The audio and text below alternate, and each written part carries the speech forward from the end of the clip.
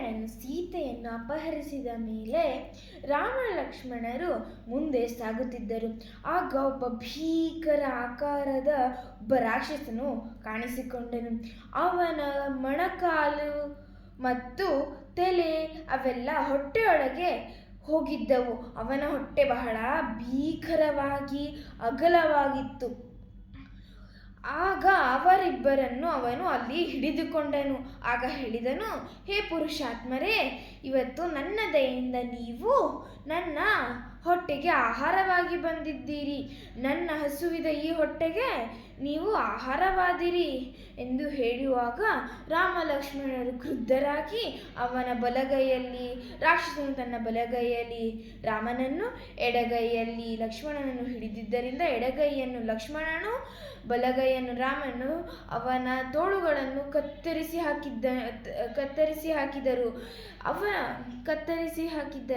ಆಗ ಅವನು ಹೇಳಿದನು, ಹೇ ಪುರುಷಾತ್ಮರೇ, ನೀವು ಯಾರು ಎಂದು. ಆಗ ಆ ಕಬಂಧನು ಹೇಳಿದ ಆಗ ರಾಮ ಲಕ್ಷ್ಮಣರು ಹೇಳಿದರು. ಲಕ್ಷ್ಮಣನು ಹೇಳಿದನು, ಇವನು ನನ್ನ ಅಣ್ಣ ರಾಮ. ಅಯೋಧ್ಯಾಧಿಪತಿಯಾಗಬೇಕಿತ್ತು.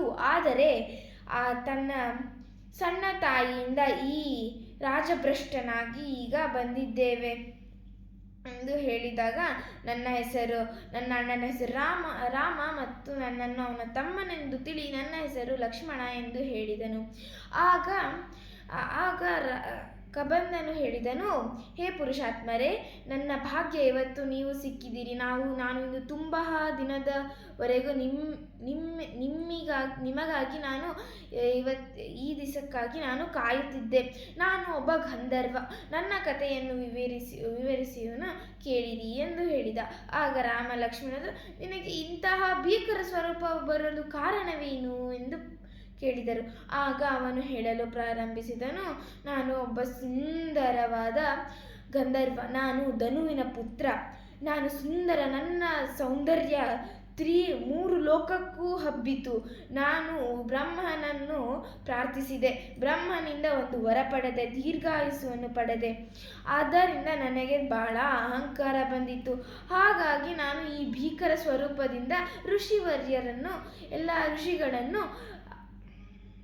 ಋಷಿಗಳನ್ನು ಅಂಜಿಸುತ್ತಿದ್ದೆ. ಆಗ ಒಬ್ಬ ಋಷಿಯು ನಿನಗೆ ಈ ಭೀಕರ ಸ್ವರೂಪವೇ ಶಾಶ್ವತವಾಗಲಿ ಎಂದು ಶಪಿಸಿಬಿಟ್ಟ. ಆಗ ನಾನು ಹೇಳಿದೆ, ಮಹಾತ್ಮರೇ, ನನ್ನದು ತಪ್ಪಾಯಿತು. ಈ ತಪ್ಪಿಗೆ ಇಂತಹ ಮಹಾಶಿಕ್ಷೆಯೇ. ಈ ಶಾಪಕ್ಕೆ ಒಂದು ಅಂತ್ಯವನ್ನು ನನಗೆ ನೀಡಿರಿ ಎಂದಾಗ ಆ ಋಷಿಯು ಹೇಳಿದರು, ಯಾವಾಗ ರಾಮನು ಲಕ್ಷ್ಮಣ ಸಮೇತನಾಗಿ ಬಂದು ನಿನ್ನ ತೋಳುಗಳನ್ನು ಕತ್ತರಿಸುವನೋ ಆಗ ನಿನಗೆ ಮುಕ್ತಿ, ಸ್ವರ್ಗ ಲಭಿಸುವುದು ಎಂದು ಹೇಳಿದನು. ಹಾಗಾಗಿ ಅವನು ಕಾಡಿನಲ್ಲಿಯೇ ಮೃಗಗಳನ್ನು ಹಿಡಿದು ತಿನ್ನುತ್ತಾ ಅಲ್ಲೇ ಅಳಿದಾಡತೊಡಗಿದನು. ಆಗ ಅವನು ಎಲ್ಲ ಸಿಕ್ಕ ಪ್ರತಿಯೊಂದು ಇದನ್ನು ತಿನ್ನುತ್ತಾ ಇದ್ದನು. ಆಗ ಅವನ ಇದು ಕಾಟವನ್ನು ತಾಳಲಾರದೆ ದೇವೇಂದ್ರನ ಮೇಲೆ ಕಬಂಧನು ಆಕ್ರಮಿಸಿದನು, ತಾನು ದೀರ್ಘಾಯುಸ್ಸು ಎಂಬ ಅಹಂಕಾರದಿಂದ. ಆಗ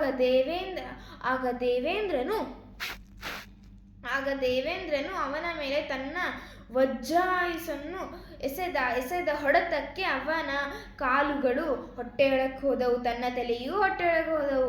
ಆಗ ಅವನು ಇಂದ್ರನನ್ನು ಬೇಡಿಕೊಂಡನು, ನನಗೆ ಯಮಲೋಕವನ್ನು ದಯಮಾಡಿಸು ಎಂದು. ಆಗ ಇಂದ್ರನು ಅದನ್ನು ಕೊನೆಗೂ ಒಪ್ಪಲಿಲ್ಲ. ಅವನು ಹೇಳಿದನು, ಆಗ ರಾಕ್ಷಸನು ನಾನು ನಿನಗೆ ಆ ಯಮಲೋಕವನ್ನು ಪ್ರಾಪ್ತಿಸಲಾರೆನು. ಬ್ರಹ್ಮನ ಮಾತು ನಿಜವಾಗುವುದು, ನಿನಗೆ ದೀರ್ಘಾಯುಸ್ಸು ಪಡೆಯುವ ನೀನು ಎಂದು ಹೇಳಿದನು. ಆಗ ರಾಕ್ಷಸನು, ನನಗೆ ಈಗ ಊಟ ಮಾಡಲು ಹೊಟ್ಟೆ ಇಲ್ಲ, ಊಟ ಮಾಡಲು ಬಾಯಿ ಇಲ್ಲ, ತೋಳುಗಳಿಲ್ಲ ಹಿಡಿಯಲು, ಮತ್ತು ಏನು ಮಾಡಲು ನನಗಿಲ್ಲ. ಈಗ ನಾನು ಬದುಕುವುದಾದರೂ ಹೇಗೆ? ಹೊಟ್ಟೆಗೆ ಊಟವಿಲ್ಲದಿದ್ದರೆ ಯಾವ ಪ್ರಾಣಿ, ಮನುಷ್ಯ ತಾನೇ ಬದುಕುವನೇ ಈ ಭೂಲೋಕದಲ್ಲಿ ಎಂದು ಕೇಳಿದಾಗ ದೇವೇಂದ್ರನು ಹೇಳಿದನು, ಇಲ್ಲ. ದೇವೇಂದ್ರನು ಆ ರಾಕ್ಷಸನಿಗೆ 2 ತೋಳುಗಳನ್ನು ದಯಮಾಡಿಸಿದನು. ಮತ್ತು ತನ್ನ ಒಂದು ಆ ರಾಕ್ಷಸನ ಭೀಕರವಾದ ಒಂದು ಹೊಟ್ಟೆಯಲ್ಲಿ ಒಂದು ಬಾಯನ್ನು ನಿರ್ಮಿಸಿದನು ಮತ್ತು ಒಂದು ಕಣ್ಣನ್ನು ಅದರ ಮೇಲೆಯೇ ನಿರ್ಮಿಸಿದನು.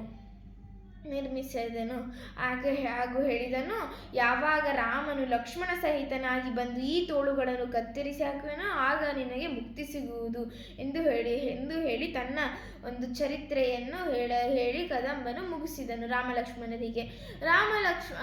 ಲಕ್ಷ್ಮಣ ಅವಾಗ ಕಬಂದನು ರಾಮ-ಲಕ್ಷ್ಮಣರಿಗೆ ಬೇಡಿಕೊಂಡನು, ದಯಮಾಡಿ ನನ್ನನ್ನು ದಹನಿಸಿಬಿಡಿ ಬೆಂಕಿಯಲ್ಲಿ ಎಂದು ಹೇಳಿದಾಗ, ನನ್ನನ್ನು ಸೋಲಿಸುವ ಶಕ್ತಿ ನಿಮಗೆ ಬಿಟ್ಟರೆ ಬೇರ್ಯಾರಿಗೂ ಇಲ್ಲ, ನನ್ನನ್ನು ವಧಿಸಿಬಿಡಿ ಎಂದು ಹೇಳಿದಾಗ ರಾಮ-ಲಕ್ಷ್ಮಣರು ಹೇಳಿದರು, ಹೇ ಬಲಶಾಲಿಯೇ, ನಾವು ನಿನ್ನನ್ನು ದಹಿಸುವೆನು, ಒಣಕಟ್ಟಿಗೆಗಳನ್ನು ತಂದು ದಹಿಸುವೆನು, ಆದರೆ ನನಗೆ ಒಂದು ಸತ್ಕಾರ್ಯವನ್ನು ಮಾಡು ಎಂದು ಹೇಳಿದಾಗ ಏನದು ಅಂತ ಏನು ಹೇಳು ರಘುಕುಲಾಧಿಪತಿ ರಾಮ ಎಂದು ಹೇಳಿದಾಗ ರಾಮನು ಹೇಳಿದನು, ನನ್ನ ಪತ್ನಿಯನ್ನು ರಾವಣನೆಂಬ ಕ್ರೂರ ರಾಕ್ಷಸನು ಲಂಕೆ ಎಂಬ ನಗರಕ್ಕೆ ಎತ್ತಿಕೊಂಡು ಹೋಗಿದನು.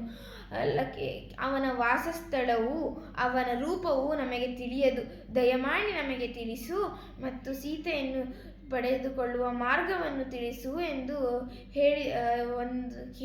ಕೇಳಿದಾಗ, ನಮಗೆ ಸಹಾಯ ಮಾಡುವರಾರು ಎಂದು ಕೇಳಿದಾಗ ಕಬಂದನು ಹೇಳಿದನು, ಅಯ್ಯ ರಾಮ, ನನಗೆ ಈ ರೂಪದಲ್ಲಿ ರಾಕ್ಷಸ ರೂಪದಲ್ಲಿ ನನ್ನ ಆ ಶಕ್ತಿಯು ನಾನು ಕಳೆದುಕೊಂಡಿದ್ದೇನೆ. ನನಗೆ ಆ ದೂರದೃಷ್ಟಿ ಎಂಬ ಆ ಶಕ್ತಿಯನ್ನು ಕಳೆದುಕೊಂಡಿದ್ದೇನೆ. ಮುಂದೆ ನಿಮಗೆ ಆ ಶಕ್ತಿಯನ್ನು ಹೇಳುವ ಸಾಮರ್ಥ್ಯ ಇಂದು ನನಗಿಲ್ಲ. ನೀವು ಈ ದೇಹವನ್ನು ದಹಿಸಿದ ಮೇಲೆ ನನಗೆ ಆ ಶುಭ್ರವಾದ ದೇಹದಲ್ಲಿ ನನಗೆ ಆ ಶಕ್ತಿಯು ಮರಳಿ ಬರುತ್ತದೆ, ಆಗ ನಿಮಗೆ ಹೇಳಬಹುದು ಎಂದು ಹೇಳಿದಾಗ ಲಕ್ಷ್ಮಣನು ರಾಮನು ಸೇರಿಸಿ ಆ ಒಣ ಕಟ್ಟಿಗೆಗಳನ್ನು ಒಂದು ಕಡೆ ಸೇರಿಸಿ ಆ ರಾಕ್ಷಸನನ್ನು ದಹನಿಸಿಬಿಟ್ಟರು. ಆಗ ಅಲ್ಲಿಂದ ಒಂದು ಹೊಗೆ ಇಲ್ಲದ ಬೆಂಕಿಯೊಂದು ಬಂದು ಆಕಾಶದಲ್ಲಿ ಪುರುಷನೊಬ್ಬನು ಕಂಡುಕೊಂಡ. ಅವನು ಶುಭ್ರವಾದ ಅಂಗಿಯನ್ನು ಧರಿಸಿದ್ದನು, ಆಭರಣ ಸಹಿತನಾಗಿದ್ದನು.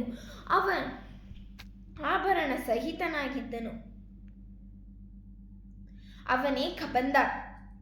ಅವನ ಶಾಪವೀಗ ವಿಮೋಚನೆಯಾಗಿತ್ತು. ಅವನು ಹೇಳಿದನು, ಹೇ ರಾಮ, ನಿನಗೆ ಸಹಾಯ ಮಾಡಲು ಒಬ್ಬನಿದ್ದಾನೆ. ಅವನ ಹೆಸರೇ ಸುಗ್ರೀವ. ಅವನು ಋಷ್ಯಮುಖ ಎಂಬ ಪರ್ವತದಲ್ಲಿ ತನ್ನ ಅಣ್ಣನಾದ ವಾಲಿಯಿಂದ ಅಪಚರಿತನಾಗಿ ನ್ಯಾಯಭ್ರಷ್ಟನಾಗಿ ಅಲ್ಲಿ ಅಲಿಯುತ್ತಿದ್ದಾನೆ. ಅವನಿಗೂ ನಿನ್ನ ಸಹಾಯ ಬೇಕು. ಅವನು ನಿನಗೆ ಸಹಾಯ ಮಾಡುವಷ್ಟು ಸಮರ್ಥನಾಗಿದ್ದಾನೆ. ಅವನು ಒಂದಾನೊಂದು ಕಾಲದಲ್ಲಿ 3 ಲೋಕವನ್ನು ಸುತ್ತಿದ್ದಾನೆ. ನೀನು ಹೋಗಿ ಅವನ ಅಗ್ನಿಸಾಕ್ಷಿಯಾಗಿ ಅವನೊಂದಿಗೆ ಮಿತ್ರತ್ವವನ್ನು ಬೆಳೆಸು, ನಿನಗೆ ಶುಭವಾಗುವುದು. ಮತ್ತು ಅವನ ಸ್ನೇಹವನ್ನು ಅವನೇನು ಮಾಡುವನೆಂದು ಅವನ ಶಕ್ತಿಯನ್ನು ಹೀಯಾಳಿಸದಿರು. ಅವನು ಒಂದು ಕಪಿ. ನಿನಗೆ ಅಲ್ಲಿ ಹೋಗುವಾಗ ನಿನಗೆ ಮಾತಂಗವನ ಎಂಬ ವನ ಸಿಗುವುದು. ಅಲ್ಲಿ ಮಾತಂಗ ಋಷಿಯ ನಿವಾಸ ಸ್ಥಳವಾಗಿರುವುದು. ಅಲ್ಲಿ ಅನೇಕ ಋಷಿಗಳು, ಅಲ್ಲಿ ಮೂರು ಇಡೀ ವರ್ಷದಾದ್ಯಂತ ಸಿಗುವ ಫಲಗಳು ಅಲ್ಲಿ ಆ ವೃಕ್ಷಗಳಲ್ಲಿ ತೂಗಿ ಬಾಗಿರುವವು. ಲಕ್ಷ್ಮಣನು ನಿನಗೆ ಅದನ್ನು ಹತ್ತಿ ಹೊಡೆದು ಆದರೂ ಆ ಹಣ್ಣುಗಳನ್ನು ನಿನಗೆ ತಂದು ಕೊಡುವನು. ಅಲ್ಲಿ ಒಂದು ಪಂಪಾ ಸರೋವರ ಇದೆ. ಅಲ್ಲಿ ಪಕ್ಷಿಗಳು ಅಲ್ಲಿ ಭಯವಿಲ್ಲದೆ ಅಲಿದಾಡುತ್ತಿರುವುದು. ಅವಕ್ಕೆ ಭಯವೆಂಬುದೇ ಇಲ್ಲ.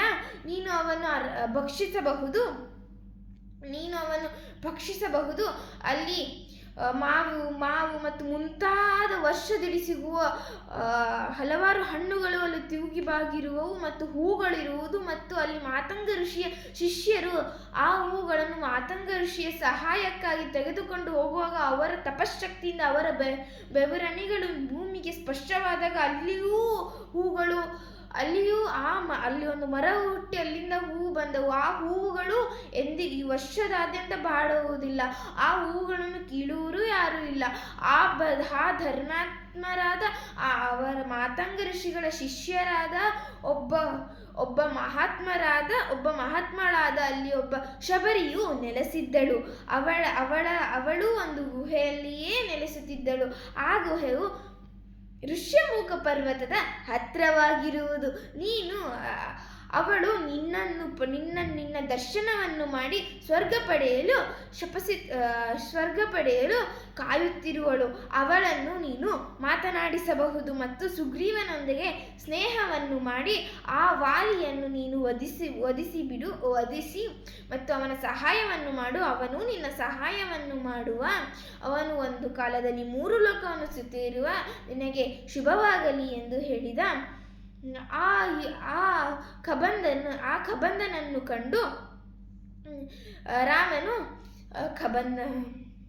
ಹೇ ಪುರುಷಾತ್ಮನಾದ ನೀನು ನಿನ್ನ ಮಾರ್ಗವನ್ನು ಹಿಡಿದು ಚಲಿಸು. ನಾವು ಸೀತಾದೇವಿಯನ್ನು ಹುಡುಕುವ ಮಾರ್ಗವಾಗಿ ಚಲಿಸುತ್ತೇವೆ. ನಿನಗೆ ಶುಭವಾಗಲಿ, ಧನ್ಯವಾದಗಳು ಎಂದನು. ಆಗ ಆಕಾಶದಲ್ಲಿದ್ದ ಆ ಪುರುಷಾತ್ಮನಾದ ಕಬಂಧನು ಹೇಳಿದನು,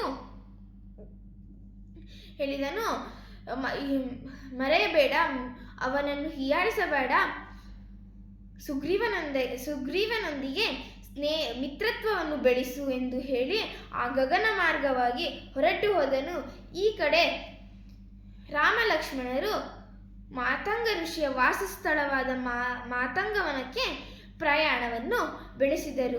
ಹೀಗೆ ಈ ಕಬಂಧನ ಕಥೆಯನ್ನು ನೀವು ಕೇಳಿರಬಹುದು. ಕಬಂಧ ಎಂದರೆ ಯಾರಿಗೆ ತಲೆ ಇರುವಲ್ಲವೋ ಅವರಿಗೆ ಕಬಂಧ ಎನ್ನುತ್ತಾರೆ. ಒಂದು ಶ್ಲೋಕದಲ್ಲಿ ಲಕ್ಷ್ಮಣನು ವಿವರಿಸಿದ್ದಾನೆ. ತನ್ನ ಕಬಂಧನ ತಂದೆಯಾದ ಧನುವು. ಆದ್ದರಿಂದ ತಂದೆ ಮಗನನ್ನು ಒಂದೇ ಹೆಸರಿಂದ ಕರೆಯುವುದು ಸಹಜ. ಹಾಗೆ ಇವನಿಗೂ ಧನು ಇವನ ಹೆಸರು ಧನು ಮತ್ತು ಇನ್ನೊಂದರಲ್ಲಿ ಇವನ ತಂದೆ ಶ್ರೀ ಮತ್ತು ಇವನ ಹೆಸರು ಧನು ಎಂಬುದಾಗಿ ವರ್ಣಿಸಿದ್ದಾನೆ. ಹಾಗೆ ಈ ಕಬಂಧನ ಹೆಸರು ಇವನು ಒಬ್ಬ ಗಂಧರ್ವ. ಶಾಪದಿಂದಾಗಿ ಈ ಕ್ರೂರ ಆಕಾರವನ್ನು ಪಡೆದಿದ್ದನು. ಕಬಂಧ ಎಂದರೆ ಯಾರಿಗೆ ತಿಳಿಯುವುದಿಲ್ಲ. ಹೀಗೆ ಇವನಿಗೆ ಈ ರೂಪವೊಂದು ಬಂದಿತ್ತು. ಈಗ ಅವನ ಶಾಪ ವಿಮೋಚನೆ ಆಯಿತು.